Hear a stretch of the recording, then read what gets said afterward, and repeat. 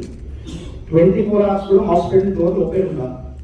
ఒక పేషెంట్కి 24 hours కూడా హాస్పిటల్ డోర్ ఓపెన్ ఉండే విధంగా మరి మీరు చర్యలు తీసుకోవాలని తెలియజేసుకుంటూ, మరి శానిటేషన్ కూడా ఒకటి ఇంపార్టెంట్. హాస్పిటల్స్ శానిటేషన్ కూడా మీరు ప్రాపర్గా చూసుకోండి. అదే కాకుండా ఎక్సైజ్ డిపార్ట్మెంట్ సంబంధించి నేను మీకు ఇంతకు ముందు చెప్పినట్టు అవన్నీ eradication of alcohol, eradication of గంజాయి, ఇది మీరు చూసుకొని స్ట్రిక్ట్గా కనిపించాలి. మళ్ళీ మీరు వర్క్ చేస్తున్నట్టు నేను కూడా వర్క్ చేస్తాను, నాకు కనిపించే విధంగా మీరు పనిచేయాలి.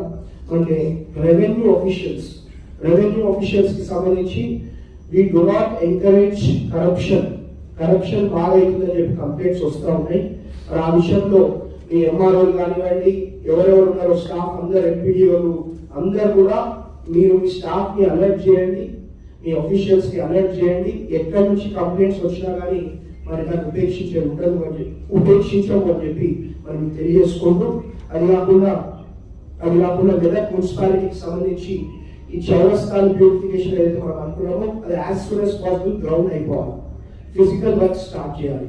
అది కాకుండా పిఆర్ అండ్ ఆర్ఎండ్బి డిపార్ట్మెంట్ సంబంధించి ఏవైతే పెండింగ్ వర్క్స్ ఉన్నాయో అన్ని కూడా ఫిజికల్ గా స్టార్ట్ అయ్యి గ్రౌండ్ అయ్యే విధంగా మీరు చూసుకోవాలని చెప్పి తెలియజేసుకున్నా. ఎన్జిఎన్ఆర్ఈస్ కూడా టాయిలెట్స్ ఏవైతున్నాయో అవి నాకు చెప్పండి. మీరు ఎవరైతే కట్టడానికి ముందుకు రావట్లేదని చెప్పి కరెక్ట్ గా చెప్పడం జరిగింది. నేను ఎవరైనా చూసి వాళ్ళు మంచి క్వాలిటీ మెయింటైన్ చేసుకుంటూ కట్టే విధంగా మేము చర్యలు తీసుకుంటాం. సో ఏదన్నా ప్రజల కోసం పనిచేయాలా, only work for the welfare of people, development of Medak, అదే మా అజెండా, అదే మా టార్గెట్, అదే మా ఎయిమ్. కాబట్టి ఈ టార్గెట్ అచీవ్ కావడానికి మనం అందరం కూడా పనిచేయాలి. మీతో పాటు కలిసి నేను కూడా పనిచేస్తానని చెప్పి మనం ఇంకొకసారి ఈ అవకాశం ఇచ్చినందుకు జిల్లా కలెక్టర్ గారికి, వేదిక మీద ఉన్నటువంటి ఇతర అధికారులకు, నా ముందు ఉన్నటువంటి సంబంధిత అధికారులకు, ప్రింట్ అండ్ ఎలక్ట్రానిక్ మీడియా సోదరులకు, నా ముందు ఉన్నటువంటి మీ అందరికీ కూడా ఒక్కొక్కసారి పేరున మనకు వస్తాడు. వాళ్ళు వచ్చినప్పుడు ఫస్ట్ ఏంటంటే మనం పొలైట్ గా మాట్లాడాల్సిన అవసరం చాలా ఉంటుంది. రఫ్ గా మాట్లాడుతున్నారని చెప్పి చాలా కంప్లైంట్స్ వస్తూ ఉన్నాయి. కాబట్టి మీరు స్ట్రిక్ట్ గా హెచ్చరించండి. స్టాఫ్, ఆఫీషియల్స్ అండ్ మీ డాక్టర్స్ ఎవరెవరు ఉన్నారో, పేషెంట్స్ ఎవరు వచ్చినా కానీ మనం పొలైట్ గా మాట్లాడాలి.